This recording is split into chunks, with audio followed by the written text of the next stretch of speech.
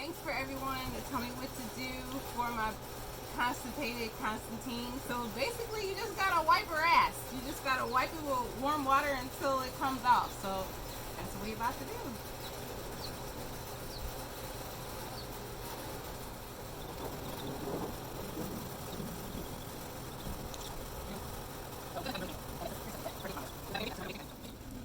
Well, we're almost there. A big ass piece of shit just fell on my hand. Progress is made. And we're all clean. Constantine has a new booty. No boo-boo. Yay, mommy. So I'm going to let her cool off a little bit because I'm sure that was stressful. Somebody playing in your ass for 30 minutes. But I'm sure she'll be happier. Ain't that right? See, she even sounds happier. You're welcome, baby. You're welcome.